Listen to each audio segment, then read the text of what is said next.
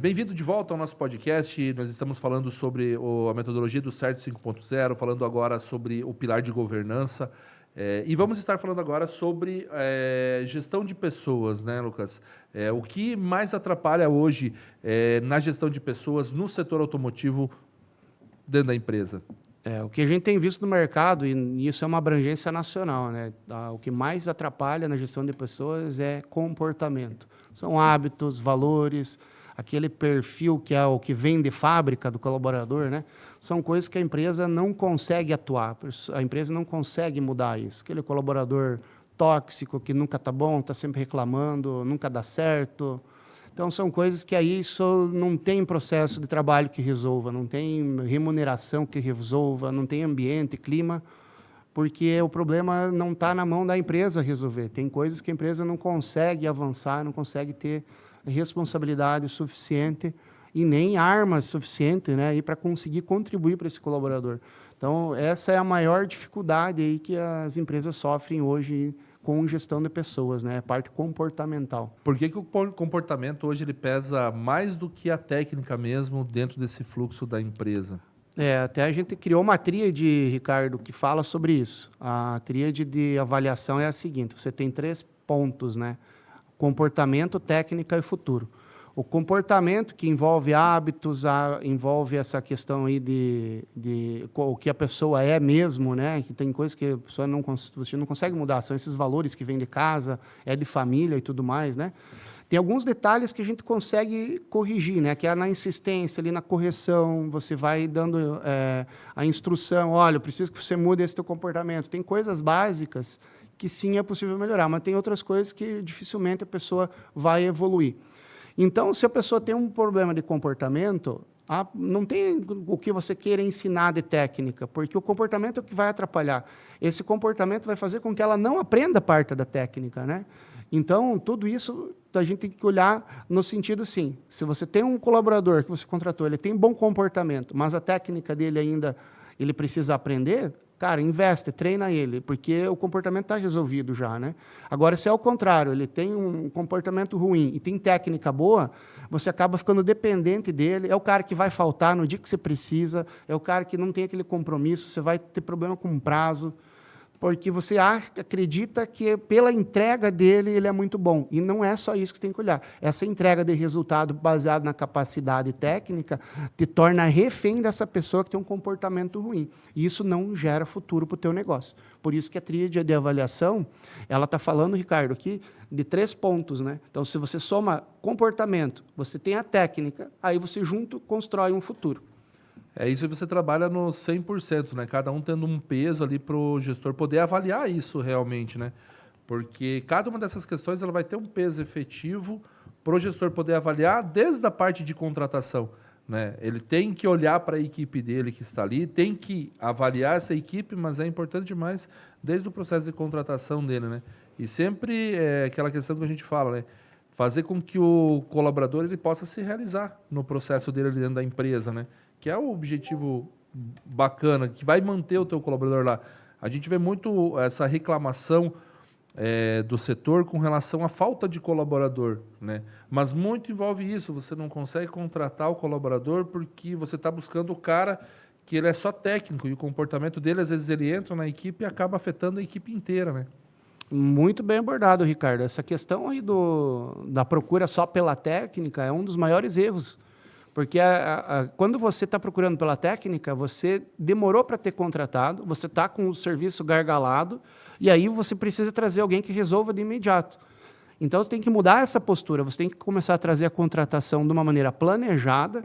Então, você traz uma pessoa que não tem a técnica tão apurada, mas tem um bom comportamento, e aí você investe nele. É um cara que vai chegar custando menos, você vai moldar ele como você quer, baseado naquilo que você espera do negócio, né? Mas isso precisa planejamento, né? Não adianta deixar para contratar quando o negócio está gargalado, porque aí a técnica vai falar mais alto e geralmente quem está sobrando no mercado que tem experiência é os que têm comportamento ruim. E aí vai só ser a laranja podre dentro da equipe. Perfeito. Comportamento vale mais que um currículo perfeito. Exatamente isso que a gente está falando.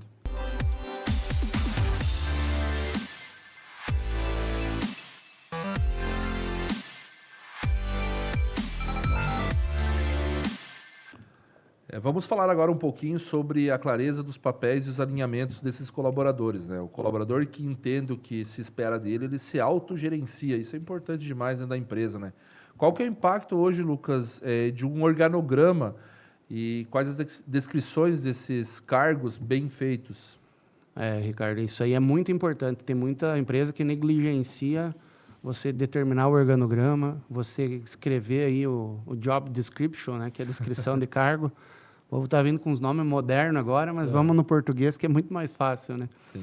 A descrição de cargo nada mais é que trazer uma clareza da função do dia a dia da pessoa, né? Então, a pessoa tem que saber para que ela existe dentro da empresa. Ela tem que saber as autonomias que ela tem, quais são os podes e o que não pode, né? Dentro do organograma é um passo importante, porque você tem que saber quem é a hierarquia. E a hierarquia tem que ser respeitada. Então, quando você tem um negócio e não tem um organograma, você não tem uma hierarquia respeitada lá dentro. Porque não é claro para todo mundo isso, né? Então, é importante pôr esses papéis. Imagine essas empresas que a maioria são familiares, onde tem vários donos no mesmo negócio. Dono é uma coisa e cargo é outra coisa. Tem que estar muito claro isso para um empresário. Então, se você tem esposa atuando juntos, tem filho, tem irmão, tem pai, se precisa ter cargo. Cada um vai assumir o seu cargo e ele tem uma autonomia baseada na descrição do cargo. Isso vai trazer muito mais segurança para o negócio, vai trazer clareza para os colaboradores e faz com que o negócio performe muito melhor. Você não vai ter conflitos de ideias, porque cada um tem o seu papel, cada um tem a sua autonomia dentro da empresa, né? Então, você tem que sim determinar lá um presidente, você tem que ter o diretor comercial, tem que ter lá o diretor administrativo e separar esses cargos, né? Isso fica muito mais fácil de você também dividir o fardo do negócio, né? Então, tem o peso aí de ser empresário, é uma dificuldade, né? Atuar no Brasil não é fácil. Então, ter os cargos distintos e separados, bem organizados, ajuda a tornar mais leve o dia a dia de todo mundo. E como que o alinhamento dessa expectativa, Lucas, muda o clima da empresa? Ter tudo muito bem alinhado, com essa clareza. Como que isso vai mudar o clima da empresa? Então, Ricardo, tem vários fatores, né? Primeiro que você diminui conflitos, né? Então, se eu sei o meu limite, eu sei até onde eu posso ir, eu não vou ficar invadindo o espaço do outro. E se caso isso aconteça, é passível de uma correção, mas existe um alinhamento para isso e fica claro para mim, né, que eu infringi uma regra. Então, esse é um passo muito importante, essa clareza, esse entendimento do funcionamento do negócio. Outro ponto importante é, se eu tenho um organograma, eu tenho uma descrição de cargo, eu sei qual é o resultado esperado da empresa, do que eu tenho que entregar, e eu consigo entregar isso diariamente, eu vou para casa com o senso de dever cumprido. Então, isso é muito importante. Então, ter esse senso de realização no ambiente profissional faz toda a diferença aí para as pessoas se desenvolverem, estarem engajadas e quererem voltar para esse ambiente novamente. Então, quando a gente fala aí que é difícil contratar, às vezes o problema não está nessa dificuldade, o problema está nesse ambiente que não funciona legal e as pessoas não querem entrar aí nesse negócio. O colaborador que entende ali o que se espera dele, né? Ele se autogerencia, ele vai produzir, ele vai trazer mais questões para você, ele vai olhar o organograma lá e vai saber para quem ele pedir ajuda. Hoje as empresas, na sua grande maioria, quando a gente vê do setor automotivo, são familiares, né? É o pai, é o avô, é o bisavô que estruturou. Então é importante para quem está chegando, para quem está direcionando essa empresa, quem hoje está tomando a decisão ali dentro, que ele visualize esse organograma, que esse organograma esteja lá para a equipe visualizar. A gente fala muito sobre isso dentro da empresa, dentro da própria Certus, né? A clareza com o seu colaborador, ela faz total diferença, né? Em qualquer decisão que você vai tomar, ou que o próprio colaborador vai tomar, ele vai ter essa clareza em absorver essa decisão, né? Perfeito, é isso aí.